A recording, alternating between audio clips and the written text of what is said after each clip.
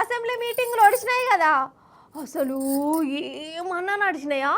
నేనైతే ఇక షానొద్దులకు టీవీ కాతకపోయి అట్లనే చూసినా. ఎంతసేపు చూసినా అసలు బోరు కొట్టలే. నిజం చెప్తున్నా, ఈ అసెంబ్లీ సమావేశాలు చేయబట్టి పార్టీ చేస్తున్న ఘనకార్యాలు ఏంటియో, మన రేవంత్ సార్ వారి పాలన ఎట్లున్నదో ఇట్లా కండ్లకు కట్టినట్టు జనాలకు అర్థమైంది. ఒక్క మాటలు చెప్పాలంటే అటు సర్కారోళ్లకు మన బీఆర్ఎస్ పార్టీ లీడర్లు నోట మాట రాకుండా చేసిర్రు. సర్కారోళ్ళు చేస్తున్న తప్పులేంటి, ఆడుతున్న అబద్ధాలు ఎసోంటి, ఏడుపులు, ఆస్కార్ లెవెల్ యాక్టింగ్లు, అప్పుల లెక్కలు, ఉద్దర ముచ్చట్లు, అబ్బబ్బబ్బబ్బబ్బబ్బబ్బా, ఒకటా రెండా, ఒకదానికొకటి బడ్జెట్ మీటింగులల్లా అన్ని బయట పెట్టిర్రు బీఆర్ఎస్ లీడర్లు. పారి అట్లా షార్ట్ కట్లా చెప్పుకుందాం మనం. అసెంబ్లీ మీటింగులు ఎట్లా నడిచినాయో రెండు ముక్కలలో చెప్పాలంటే రేవంత్ సర్కారు తుస్సుమన్నది, బీఆర్ఎస్ ధూమ్ధాం చేసింది.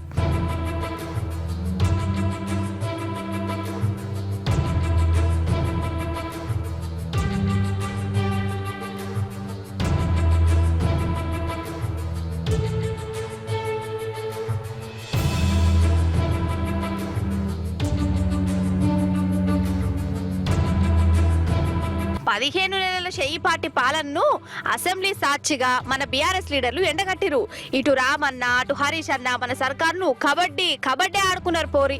నాకైతే గట్లనే అనిపించింది. మరి బీఆర్ఎస్ వాళ్ళు అడిగిన ప్రశ్నలకు ప్రభుత్వం కాడ జవాబులే లేకుంటాయినాయి. ఒకటా రెండా, అప్పులు, డెవలప్మెంట్ స్కీములు, గ్యారెంటీలు గిట్ల వీటన్నిటి మీద జరుగుతున్న మోసాన్ని లెక్కలతో సహా బయట పెట్టిరు. రామన్న అడిగిన వాటికి ఏం చెప్పాలని అర్థం కాక మంత్రులు సభలకెళ్లే మెల్లగా జారుకున్నారట. అసలైతే బీఆర్ఎస్ లీడర్లు మైకు ముంగట మాట్లాడుతున్నది సేపు సభను అడ్డుకుందామని చూసిరు కానీ వాళ్ళ పప్పులు ఉడకలే. ఇట్లయితే కథ ఏడుకోబోయేటట్టున్నదని మన రేవంత్ సారు సభల సెంటిమెంట్ వండిద్దామని చూసినట్టున్నది. ఆ సెంటిమెంట్లు కూడా ఈసారి పనిచేయలే. అంతే కదా, జనాలు ఒకసారి నమ్ముతారు, రెండు మట్ల నమ్ముతారు. అంతేగాని పని చేయకుండా ప్రతిదానికి నన్ను జైలేసిరు, పగబట్టిర్రు, గోస ఉచ్చుకున్నారు అంటే నమ్ముతారా? అసలు ఈయన బుద్ధి అవుతుందా? ఆగో గదే కథ అయింది.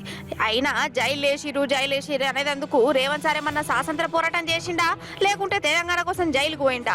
ఇట్లా నిలదీసే వరకల్లా చేపాటుల కాడికెళ్ళి నోటు మాట రాలే. ఇక రుణమాఫ్ అందరికి చేస్తే రాజీనామాకు రెడీ అని రామన్న సవాల్ చేస్తే సర్కారు వాళ్ళు సైలెన్స్ అయిపోయారు. మరి రుణాలు అందరికి మాఫ్ అయితే ఆ సవాలు ఒప్పుకోవచ్చు కదా. ఇక ప్రభుత్వం చేసిన అప్పుల మీద కూడా మన బీఆర్ఎస్ వాళ్ళు జర గట్టిగా నడుచుకున్నారు. అప్పుల మీద మంత్రుల్లో మాట, ముఖ్యమంత్రి ముచ్చడి చెప్పి వాళ్ళదంట వాళ్ళకే శృతి కలవక సభల ఇజ్జత్ పోయినంత పనైంది. ఇక అసెంబ్లీ లాస్ట్ రోజు మన రామన్న మాట్లాడిన మాటలకు జనాలే కాదు సభలున్న కాంగ్రెస్ లీడర్లు కూడా మనసులో దిల్ ఖుష్ అయ్యారట. బయటకు వచ్చినాక వాళ్ళు ఎట్లా చెప్పుకున్నారు.